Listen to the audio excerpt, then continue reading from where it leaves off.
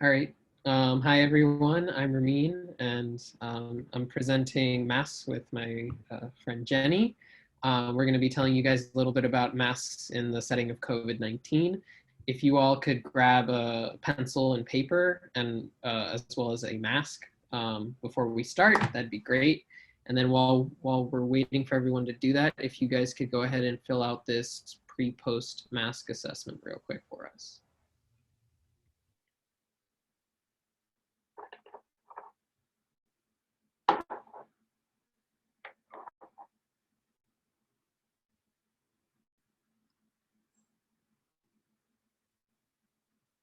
Just give me a thumbs up in the participants chat things when you're done.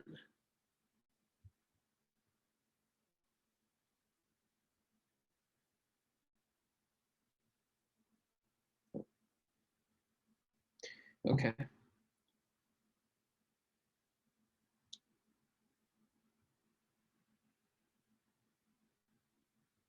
All right, well, I'm gonna get started. So to start, these are the objectives we're going to be going over today. We're going to try and recognize why masks are used today in the context of the COVID-19 pandemic. We're going to explain how masks protect others from the wearer as well as the wearer from others. And we're going to recognize which direction of infection transfer that the mask confers the most protection from. We're going to demonstrate proper use of masks and recognize different types of masks, the populations that use them, and the advantages and disadvantages of each. So can anyone tell me who this guy is? And before you answer that, no, it's not my Halloween costume for this year. Any ideas? It looks like a duck. He does look like a duck. So this is actually a plague doctor. They were, so throughout history, masks have sort of been used mainly for different like rituals, whether it be religious or ceremonial, rather than for protection. It wasn't until the Black Plague, until these guys that wore these masks started using them for protection of sorts. Now they had no idea what bacteria or viruses or anything like that were, but they had this principle of bad air, which they called miasma, that they thought was what carried the disease. And so in these beaks of these long masks, they would try and force out the bad air by putting in different herbs or perfumes. They would like take these sponges, that's what you see here, and like soak them in vinegar so you get that smell, and it gets rid of the bad smells of the bad air, and try and prevent them from being sick. Now, these probably conferred some amount of protection, but not in the way that they thought. And you'll learn more about why that is. And we have come a very, very long way since the introduction of those masks. Now we have much more sophisticated materials and such to help protect us. So can anyone tell me why these surgeons are wearing masks right now in this picture? To protect themselves. Not quite. It's a good thought. Anyone else? To protect the patient. Yeah. So the idea of masks in this setting is to protect the patient from whatever germs, whatever bacteria, whatever is growing inside the surgeon's mouth. So he doesn't breathe it out onto where he's, opening up the patient and trying to do his surgery. And the same idea goes for why we wear masks in the setting of COVID-19. So the reason we wear masks is to sort of protect everyone else from getting our germs, from spreading our germs to them. But a lot of people might have the question, but these germs are really, really, really small. How is this mask gonna sort of prevent these tiny particles from getting out and spreading to others? And so this video is gonna help sort of explain that concept. Infection. Now, it's important to remember that we can't see viral particles in these images. They're too small. But the viruses are carried on that breath just like a river carries fish. In fact, an individual viral particle is smaller than the weave of most fabrics. So why does this work? Well, masks help in two interesting ways. First, it's important to understand that viruses don't float around alone. They fly out in droplets of moisture. Most droplets are heavy enough that they fall within 2 meters or so, but any person or object within that distance can get bathed in virus. And without a mask, some of those droplets can evaporate into super tiny particles of infection that could float on air currents far from your mouth or nose. And these micro droplets are extremely hard for any mask to filter out. But with a mask on, in the warm, humid space between your mouth and the mask, those larger droplets don't have time to evaporate. And they can be captured by common fabrics. If it feels hot and humid in here, that means it's working. And the second way that masks work is that any droplets that do get through now have less momentum. The air currents disperse in eddies and swirls instead of flowing away in streams, which means droplets won't travel as far. So the main points from this, first takeaway is that these viral particles don't travel by themselves. They're very, very, very small, and they probably could get through the mask, or at least a lot of the masks that we wear, like the fabric ones that you'll learn about later, but they're carried in these larger bubbles that we call respiratory droplets. And those bubbles are big enough to be able to be caught by the masks that we wear. Another point is that the masks also reduce the force or speed at which these bubbles, these droplets, can escape the body. And as you can see in this picture, the flow and this imaging technique that you're seeing here sort of takes advantage of what you see with mirages when the air gets hotter and it starts to sort of create that wavy effect. And so what we see here is the hot air coming out of this guy's mouth is going quite a bit further and than the air that's coming out of the mask. So these masks help prevent the viruses and the bubbles they're carried in from being launched across the room when people are talking. And finally, if an infected person doesn't wear a mask, those bubbles that the viruses are carried in can evaporate away. And then you lose the protection of it being so big. So at that point, the virus is or can be small enough to get through a lot of the different masks of the people surrounding the person who has the infection. So in large respect, the mask is more to protect others than the person who's wearing it. Any questions up until this point? My mom found that little video for me. Okay. But most of us aren't sick, right? Most of us aren't going around with fever, chills. We would all be in bed, bedridden if we felt, like we had the flu or in this case, the coronavirus. So why do we want most people to wear masks, even if they have no signs of being infected? Anyone have any ideas? To protect others, just in case. Mm-hmm. Now, but if you're not feeling sick, why would you feel the need to protect other people? Well, we learned in session 1 about asymptomatic carriers.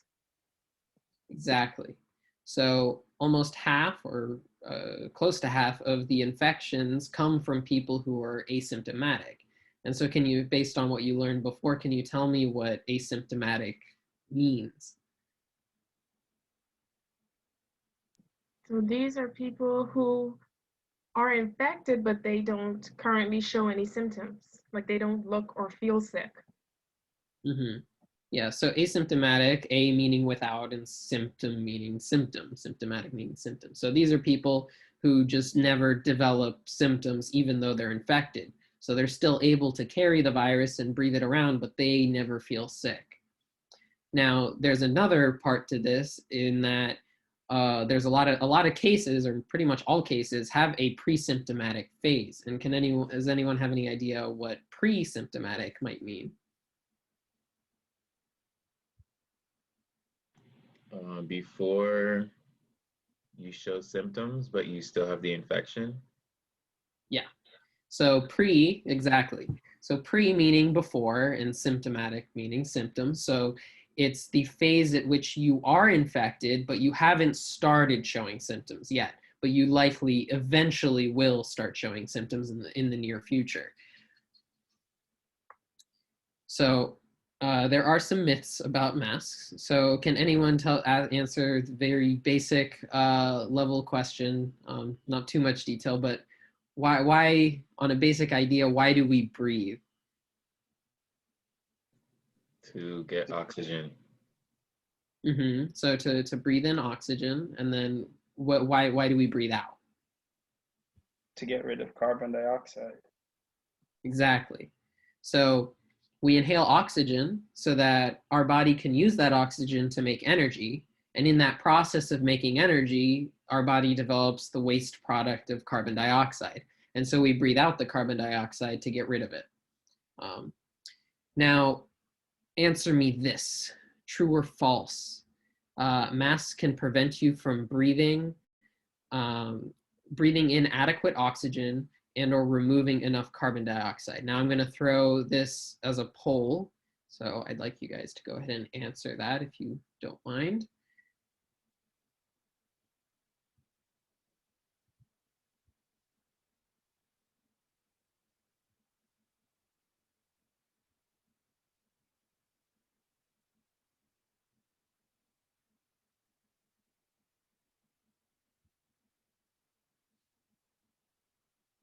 What if I'm not sure? Because I see people on the news who say that they can't breathe with the mask on.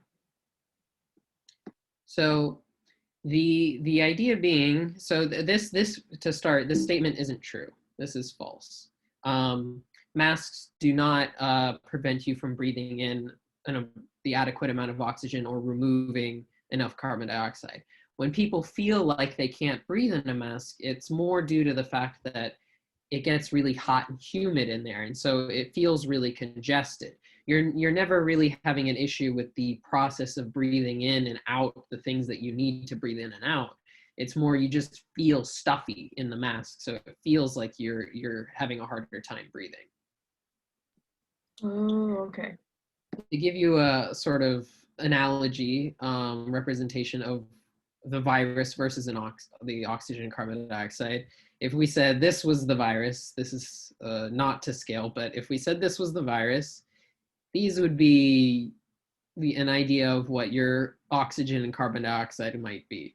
They're much, much, much smaller. And to sort of give you more of a real world representation, this is the largest building in the world. It's called the Burj Khalifa.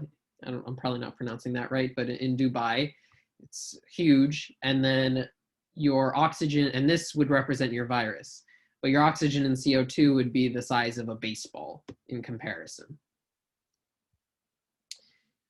So now I'm gonna get you guys to use your papers and pencil.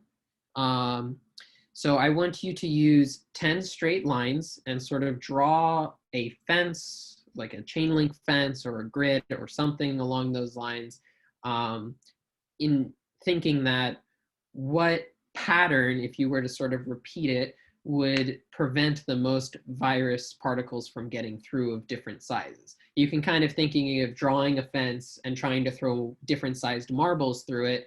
What drawing would you expect the fence, or what drawing would you think would prevent the different sized particles from getting through that fence? So I'll give you guys about 3 minutes to go ahead and do that. And give me a thumbs up if you can click on the participants tab when you're done.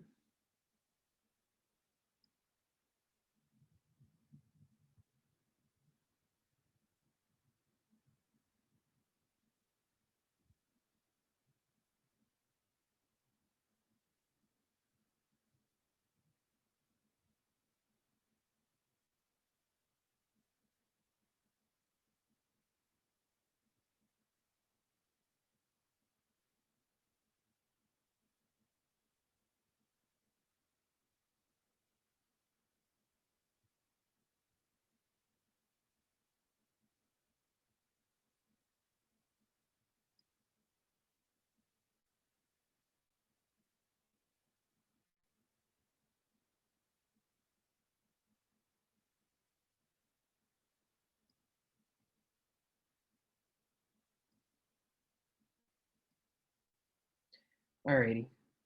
Is everyone about done? Give me a thumbs up.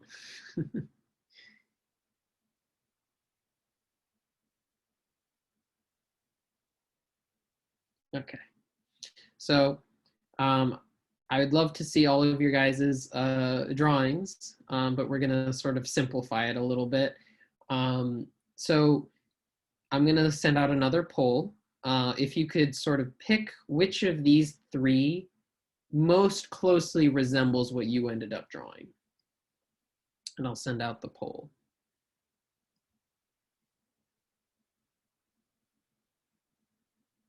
And if you don't see the poll, go ahead and throw it in the chat.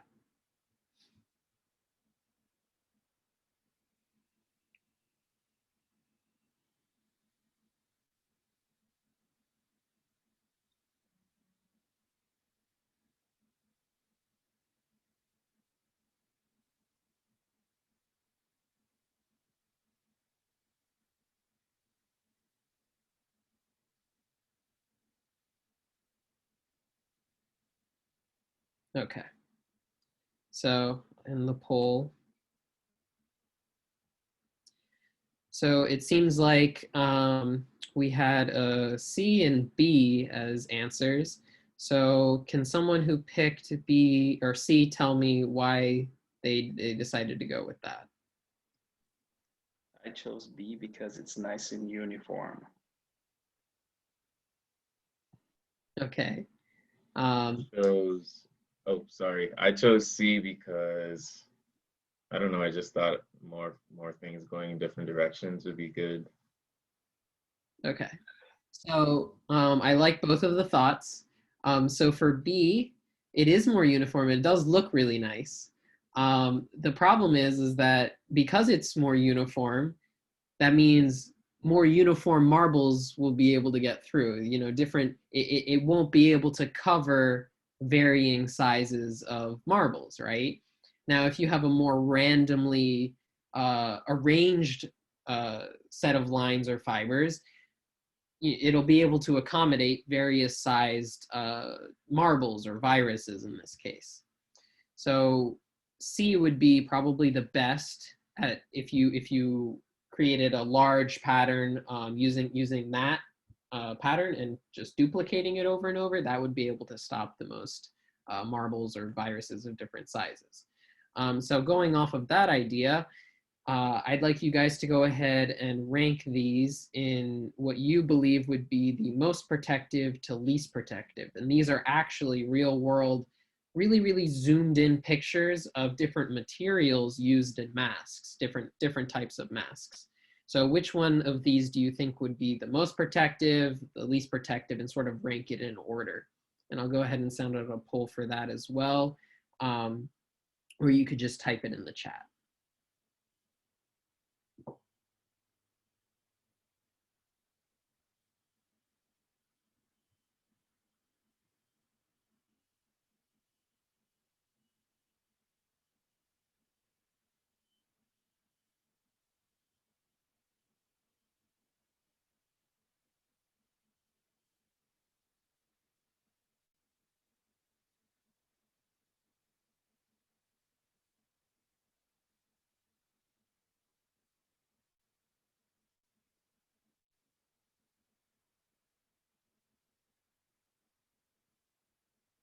Okay. So does anyone want to tell me sort of what their thought process was and why they chose which one they thought would be the most protective versus the least protective? I thought C would be the most protective just because it looks like it's more tight. Okay.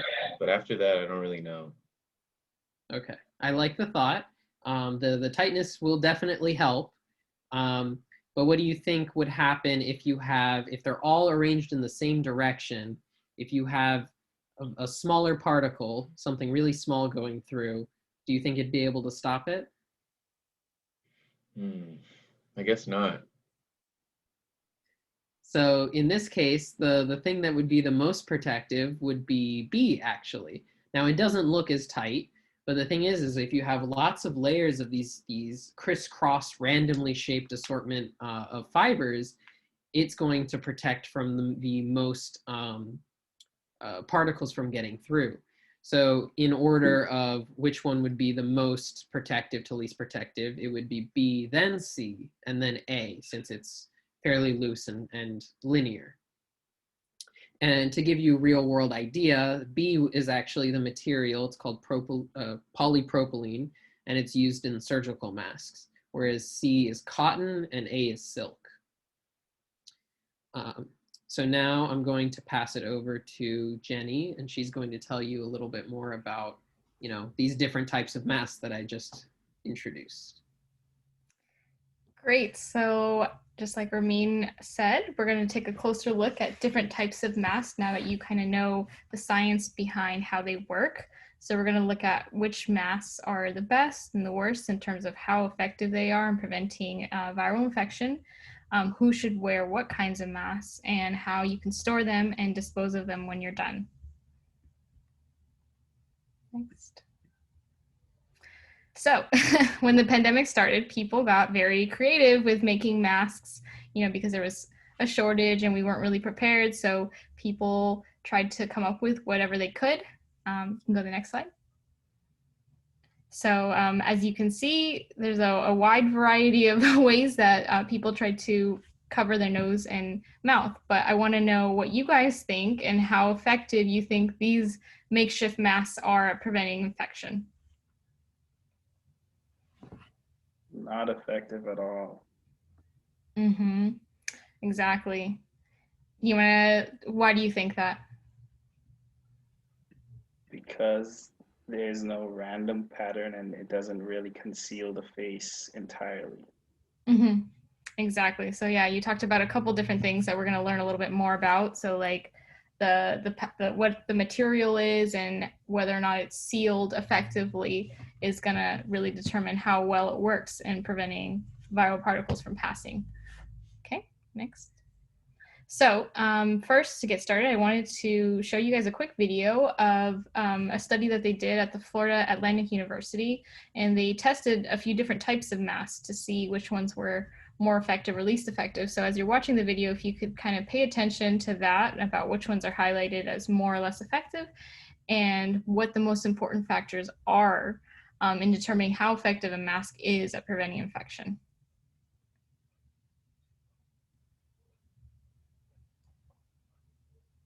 Turn to some stunning visuals showing the importance of wearing that mask to help slow the spread of coronavirus, and showing that the type of mask you choose can make a big difference. Eva Pilgrim joins us now. Eva, I think I've been making the wrong choice on the face covering. Good morning to you.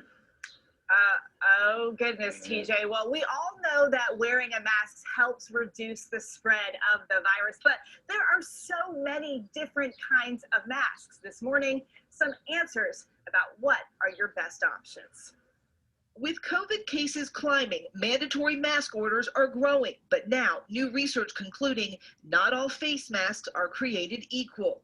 We were basically looking at two main characteristics for the masks. The first was the type of fabric that we used, and the second was the construction of the mask. Researchers at Florida Atlantic University put several different masks to the test. They looked at a bandana-style covering, a loosely folded cotton handkerchief mask, a homemade two-layered quilted cotton mask, and an over-the-counter cone-style mask. They used a laser to detect droplets as they were coughed or sneezed out of a mannequin. This video showing how far those droplets traveled with no covering. The green going about 8 feet. The single layer bandana, better than nothing, but showing the droplets still traveled pretty far, more than 3.5 feet. Even the bandana fabric will be able to stop the largest droplet sizes. So if you use a better fabric, it will be more effective. The loosely folded mask performed better, but the droplets still traveled more than a foot. The best performers, the over-the-counter mask, shielding the droplets up to 8 inches of spray. And taking the top spot, the homemade two-layered quilted cotton mask, droplets only traveling 2.5 inches. Masks are not 100% effective. There's always some leakage from the sides. That's why it's important to use a combination of face masks and social distancing. So there are two things you want to think about when you think of masks. One, the fit. You want to make sure it fits snug around this part of your face. And two, the fabric. I know this is not what you want to hear, TJ, but the thicker the fabric, the better. If you can see the sun coming through your mask, that means droplets can get out as well. TJ. All right. No, I'm always listening to you, Eva. Thank you so much. Okay, so let's review a little bit. What did you guys take away from that in terms of the best and worst types of masks and what the most important factors were?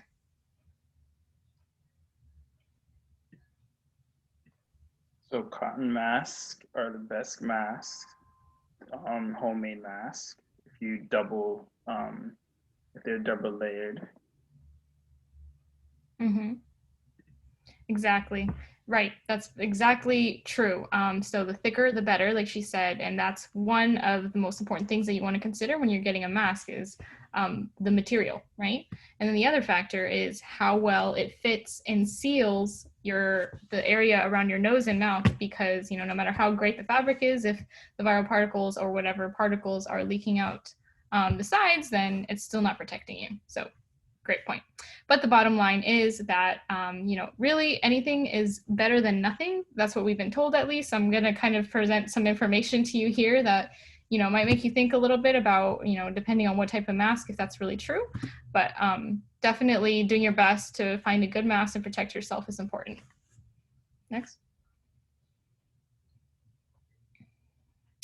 So yeah, again, to highlight something very important, I'm sure you guys have, this is just like a funny little meme, but no matter how great your mask is, if you're not wearing it correctly, you could be just as much exposed as if you weren't wearing a mask at all. So it's also really important to make sure, that you're wearing it over your nose and mouth, making sure not to be putting it under your chin, or only, even though you're more comfortable, because perhaps, it might be difficult to breathe, opening it, exposing your nose, but that's not really protecting you. So, making sure you're wearing it correctly is important. Next.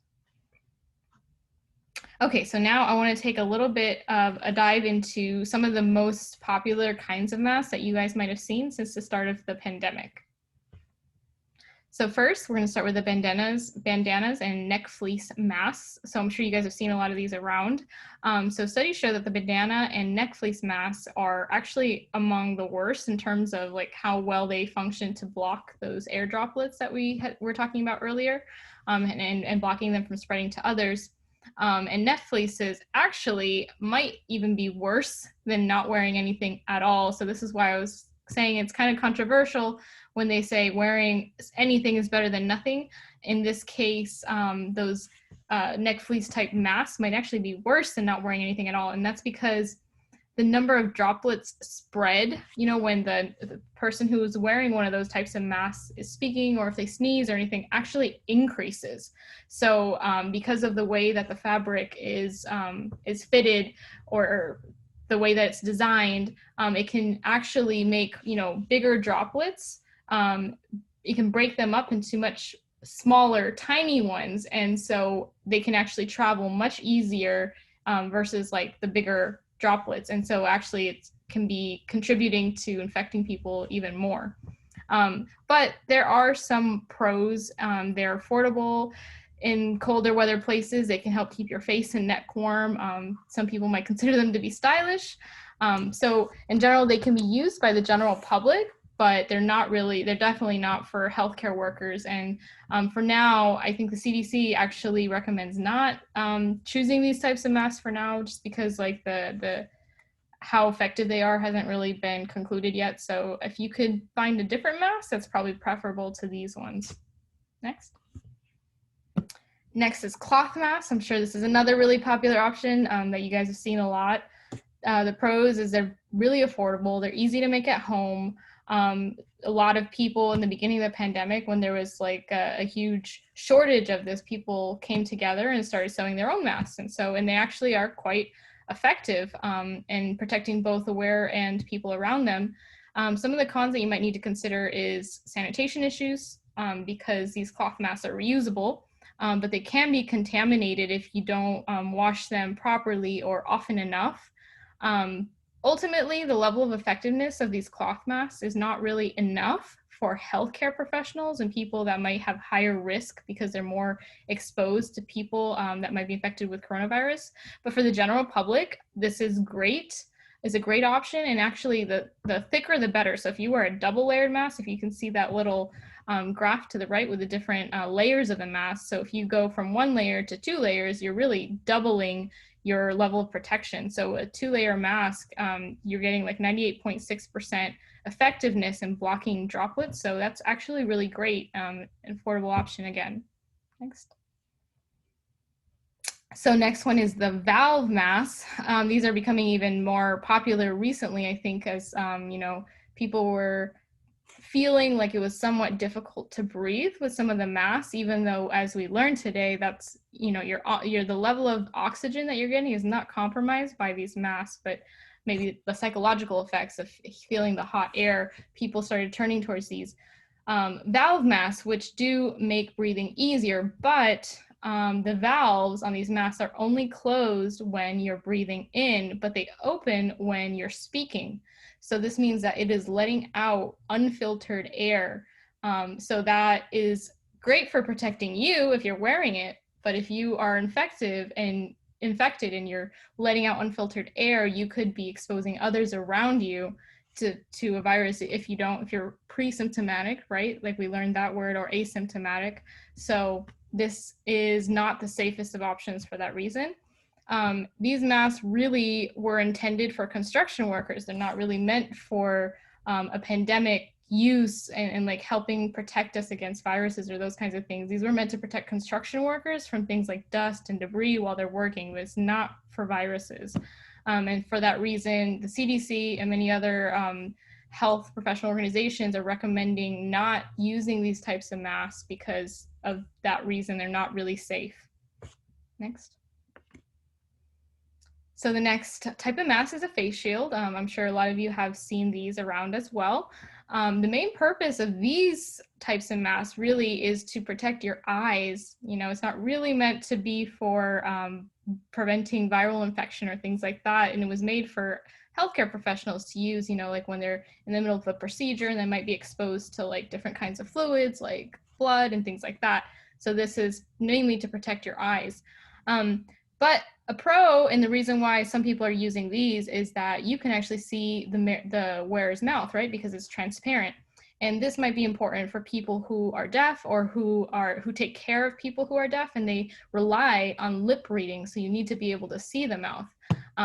So, you know, that's something that was a pro for these masks. But as you can see down in the bottom right corner, they're now starting to come up with other types of masks that have a little bit more of an effective seal, and still you get the benefit of having that transparent area around the mouth for people that might need to rely on lip reading for communication and things like that. And just as I mentioned, because the seal is not really great on the face shield, the CDC also recommends not using these. This is not an ideal type of mask for right now. And if face shields must be used for whatever reason, for people that, you know, might rely on the lip reading and they can't get these other modified types of masks, you should try to make sure that it wraps around the side of your face as much as possible and fully extends below the chin. So at least you're getting as much of a seal as possible by just trying to make sure that the mask fully covers your face. Next. And so here we are at surgical masks, another really popular option. I'm sure you guys have seen it around as well. A pro of these is they're very cheap, affordable, and they're also one of the more effective masks. As you saw earlier in Ramin's example, you saw all the different fibers. It was one of the most effective ones in preventing particles from passing through. So it's really good for preventing viral infections, especially in healthcare settings. So if you're a patient and you go to the doctor's office or the emergency room or something, you know, where you might be in an area where there is a higher risk because there might be other patients there that do have the virus, or it's a more crowded setting, you might want to have a bit more protection. And so you could wear a surgical mask in that setting. The cons are they're meant to be disposable and therefore only used once. So if you are using these on the long term, it could be more expensive because you wear once and then have to dispose of it. And it could also be wasteful in that sense too. And then along those lines, if you do reuse them to try not to be so wasteful for the expense to cut down on costs, they can actually be unsanitary and therefore ineffective. So that's just something to keep in mind with these masks. They're made with different levels of thicknesses and protection from fluids and droplets. So you can see in the bottom right-hand corner, that mask looks a little bit more thick and durable than the mask that the woman is wearing. So, you know, keep that in mind when you're thinking about buying these types of masks. And even though they're great, they're one of the better types of masks in terms of preventing the particles from moving in and out. It's still not 100%. These are not fitted, so you can still, they're not fully fitted around the sides of the face, and you have to make sure that you're wearing it correctly. So a lot of them have like a wire in the front under the nose, and so you can make sure that you can fold it to more effectively fit your nose, and therefore it's getting a bit of a tighter seal to help protect you better. Next.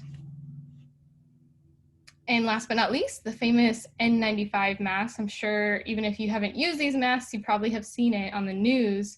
The pros are that this is probably one of the most effective masks that's commonly used at preventing viral infection. The 95 comes from 95% because it blocks 95% of the particles, and it can also be reused.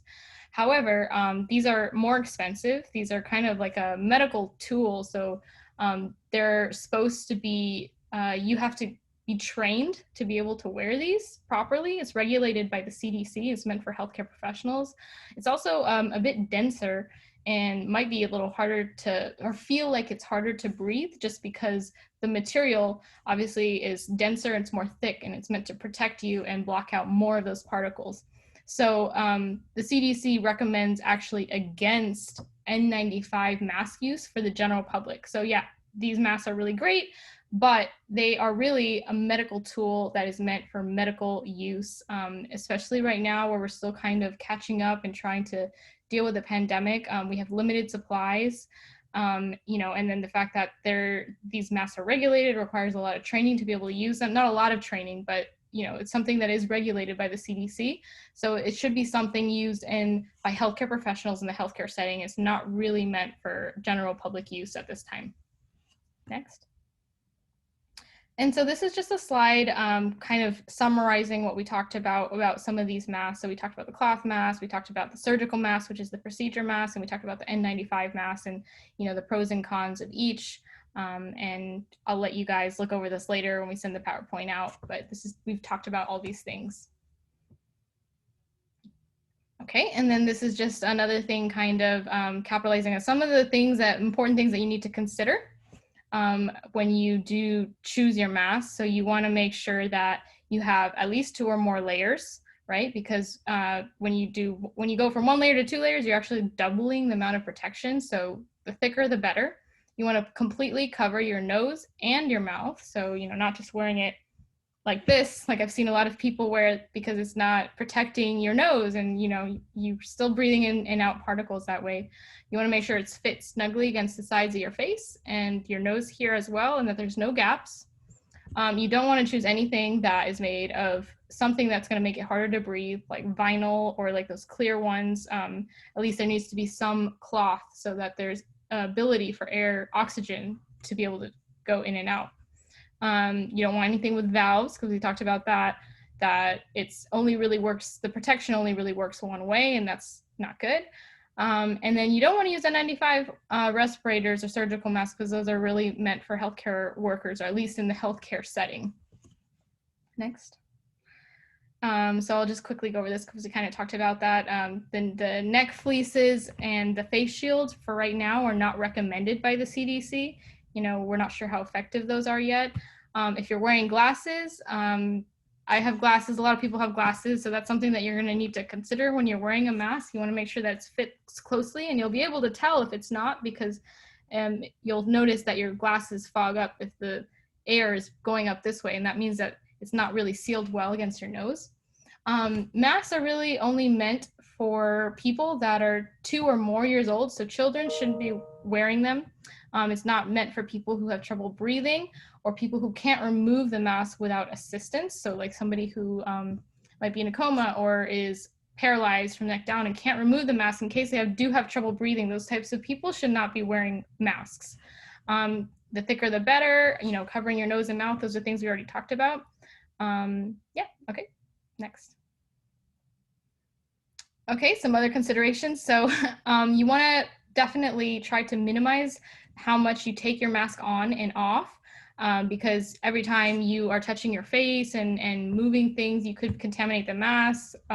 You're touching your face, so whatever is on your hands, if you don't wash your hands, you know, you could be exposing yourself that way. So if you can hydrate and eat everything that you need before putting your mask on, that's better, because that makes it easier to not have to take it on and off as much.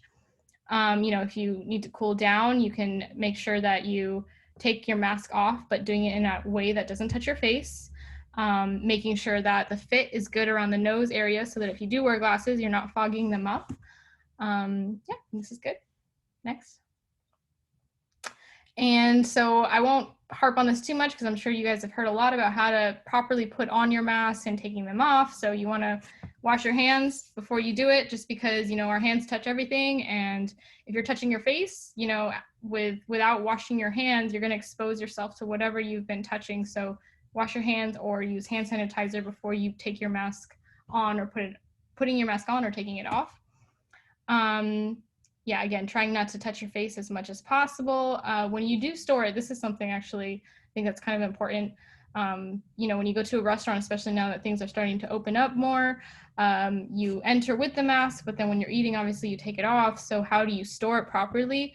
Really, you should carry around a paper bag, because, you know, if you just take off your mask and put it on the table, then it's going to get contaminated, and that kind of defeats the whole purpose anyway. So it might be kind of annoying to carry around a bag or like a little Ziploc bag or something that you can put your mask in when you're not using it is actually a much better idea, just to protect yourself and make sure that the mask is still effective. And then again, you know, after handling your mask, washing your hands again and making sure that you're minimizing contamination to as much as possible. Next. So I'll talk a little bit about the cleaning part, just because I think a lot of us have used cloth masks. So the cloth masks are reusable, and for that reason, we need to make sure that we wash them frequently enough.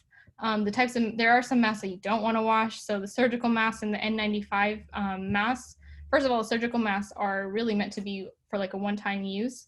The N95 masks are reusable, but they're not meant to be washed in any kind of washing machine or anything like that. And if you do, when you're washing the cloth masks, make sure that you hang them to dry in a place that is, you know, sanitary, and then like let it dry fully. We already talked about how you can store it. And then for disposing of masks, something I just really wanted to highlight is, you know, to be eco-friendly, it's really important to clip those mask loops at the end, you know, before you dispose them. So just in case you don't know where the masks are going to end up, and we want to make sure to be as eco-friendly as possible. Next. Okay, so now we are going to have a little bit of an activity. So I asked you guys to go find some type of mask, any type of mask that you've been using. So if you don't have that, I'll give you like 30 seconds to find any kind of mask, just so we can do this activity.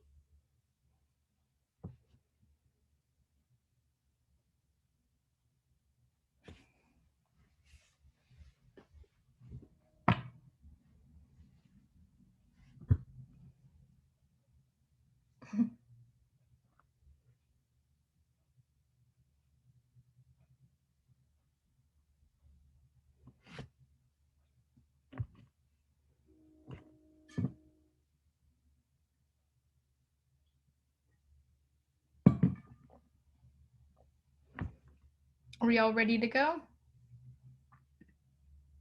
Great. Okay, so first we are going to go through these masks that we have here. So I'm going to throw up a poll for the first one, and you guys tell me which mask you think this is. Or if you want to throw it into the chat too, that's fine.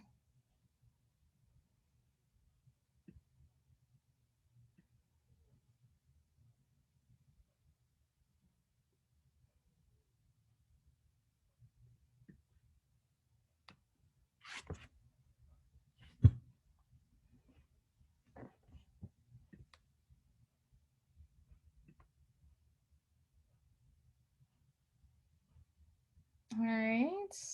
5, 4, 3, 2, 1. Okay, so does anybody want to tell me which mask this is? Does anybody have one of these types of masks? I don't see any. The ventilated mask? Mm-hmm. Exactly. It's a ventilated mask.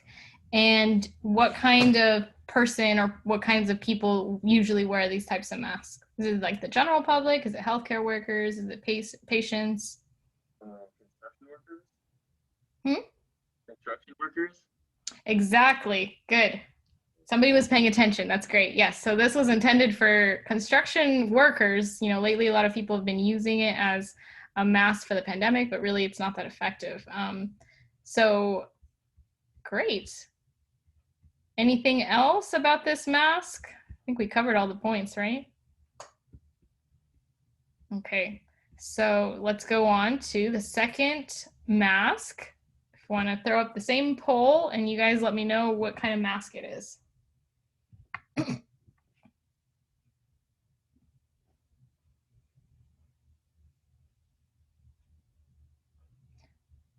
5, 4, 3, 2, 1. Great. 100%. So I don't see anybody with this type of mask, but it is a face shield. Does anybody else want to volunteer to tell me about what kind of person usually uses this type of mask and what is the advantages and disadvantages of it?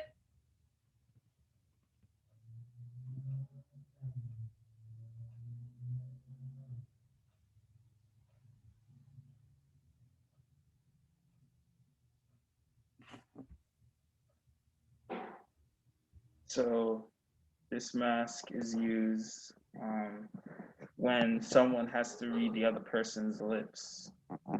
So that would be an advantage. However, if you use this mask, you said that the CDC actually goes against this mask because it's not as protective as other masks that are available. So that would be the con. Perfect. Exactly. 100% correct. So, you know, some people who might be deaf or caring for people who are deaf or hard of hearing might rely on the transparency to be able to read people's lips. And so for that reason might choose this, but it does not have a really great fit. You know, the seal is not very protective. So it's not an ideal mask really if you could try to find something better that will protect you more. Great. Okay. Next. Number 3.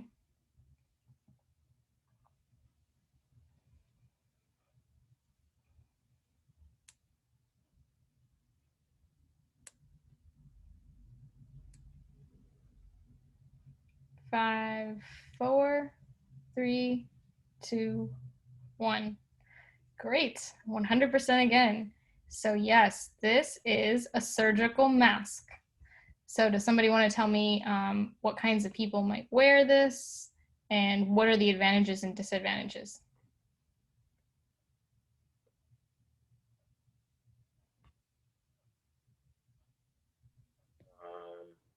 I think the advantages are that it's the best mask. It keeps out um, the most virus. And disadvantage would be that you can only use it one time. Exactly. Perfect. Yep. So that's an advantage. These are cheap. These are affordable. They are really well protecting you. It's probably like the second best option after the N95, as much as you know, common masks that we use nowadays go. So it's a great option for that. But these are meant to be disposable, you know, one-time use. So that's just a con because they could add up in terms of how expensive they are. They could get contaminated if you try to reuse them. So these are things to consider. All right, next one.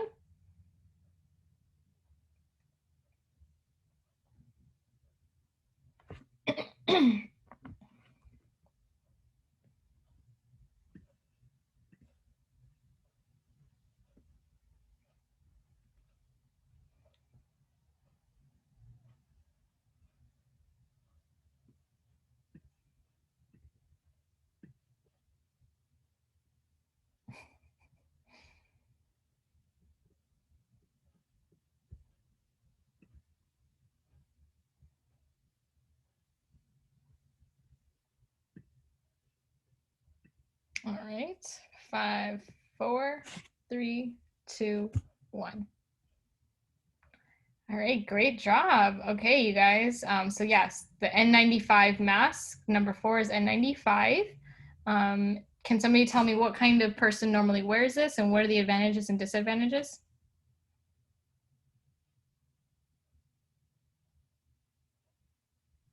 So it's usually worn by healthcare professionals.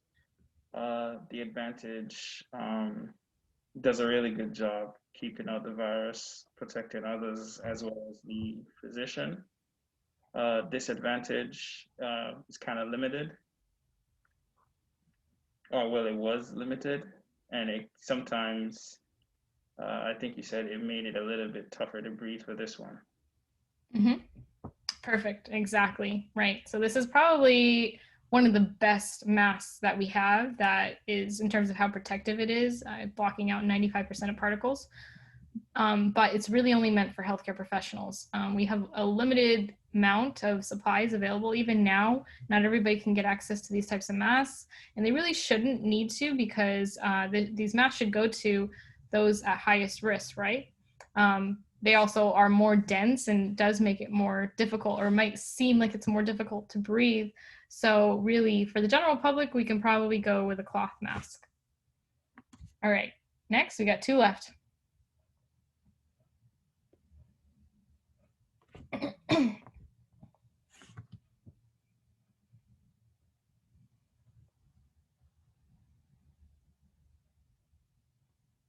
Right.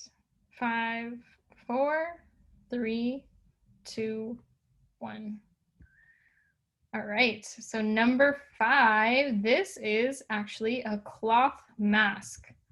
So does anybody want to tell me what kind of person would normally wear this type of mask and what are the advantages and disadvantages?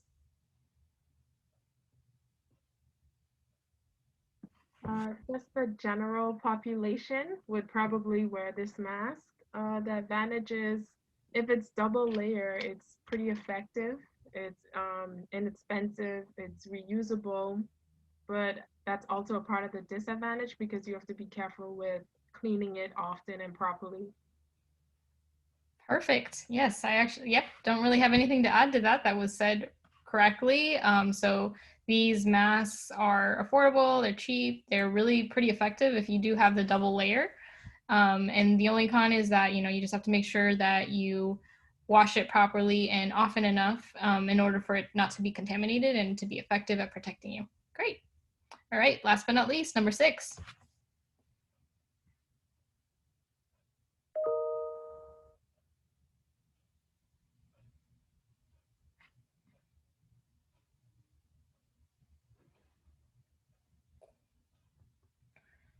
5, 4, 3, 2, 1. Perfect. Yes, the neck fleece and bandana mask. And so, yeah, for this last one, does anybody want to tell me what kind of person normally wears it and what are the advantages and disadvantages? Any person could wear it, but the disadvantage is that it's not as good as at blocking the particles. And are there any advantages? I guess it's stylish or something. Right, exactly. Yeah, I mean, some people might choose to wear it because it's stylish. Maybe because if you're in cold weather, you can get like the warmth around your neck for those neck fleece ones, but they're actually, there's conflicting evidence right now about how effective they actually are, and they might actually be worse than not wearing anything at all because of the way that they break up the bigger particles into a bunch of tiny ones that can travel and infect people much easier. So for right now, this is not the ideal type of mask, and the CDC does not recommend it if you do have other options. So yeah, great job. Okay, everybody. Well, we will move on now to the assessment and see if you guys are really paying attention. Let's answer some questions.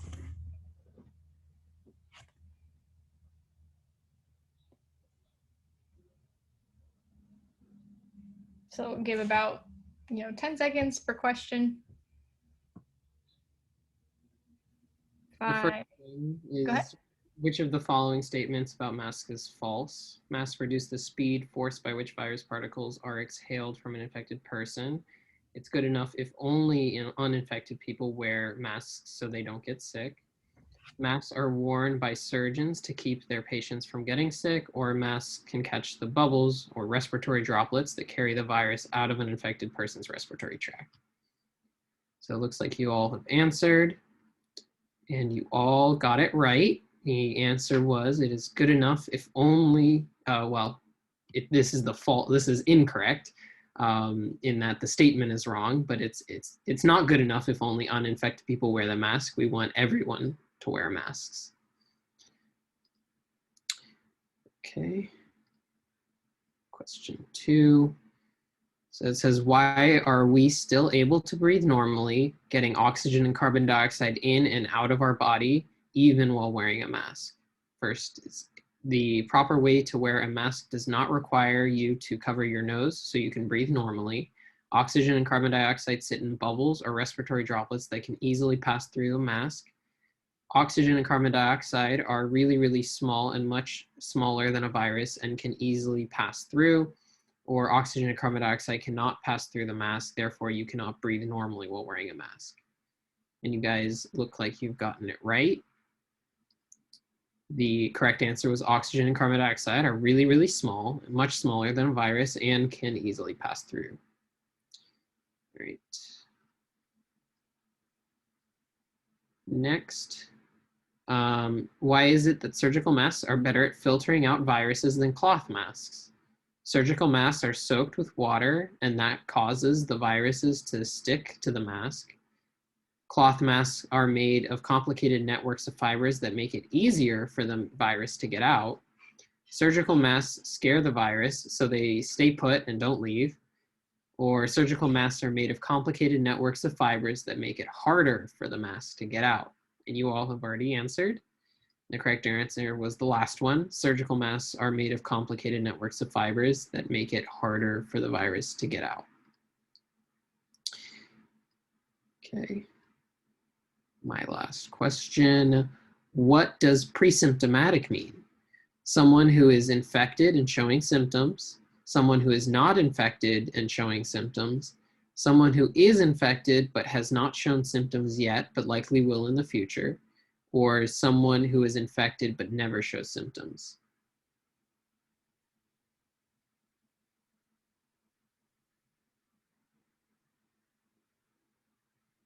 Okay, looks like you guys got it right. The answer was someone who is infected but has not shown symptoms yet, not has shown symptoms yet, but likely will in the future.